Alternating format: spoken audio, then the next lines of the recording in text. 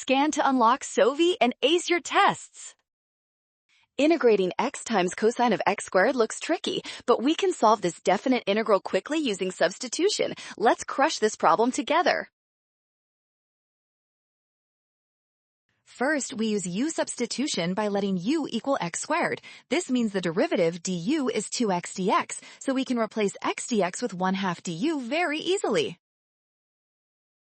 Next, we must update our integration limits for u. When x is 0, u is 0. When x is the square root of pi over 2, u becomes pi over 4.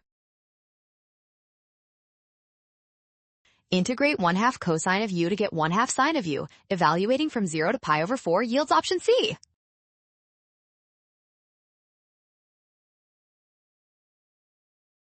Well done! Option C is correct. Scan the code to learn with Sovi. Watch signs, avoid rushing, and check your steps.